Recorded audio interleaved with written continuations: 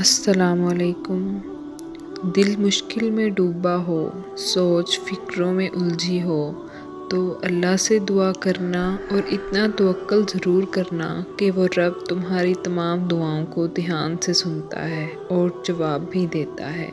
وہ ضائع نہیں جانے دے گا ان دعاؤں کو جو خلوص دل سے مانگی جائیں۔ وہ چنتا انہی کو ہے جن کو وہ خاص کرنا چاہتا ہے۔ پھر غم کس بات کا؟ یہ بات بھی کتنا سکون دیتی ہے کہ ہمیں روتے ہوئے کوئی اور نہیں بلکہ ہمارا خالق دیکھ رہا ہے۔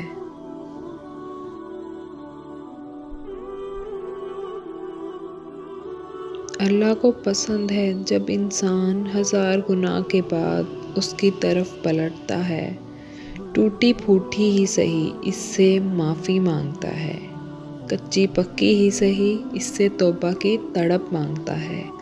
یہ ٹوٹی پھوٹی، یہ کچی پکی سی فریادیں بھی اللہ کو بہت پیاری ہیں۔ وہ معاف کر دیتا ہے۔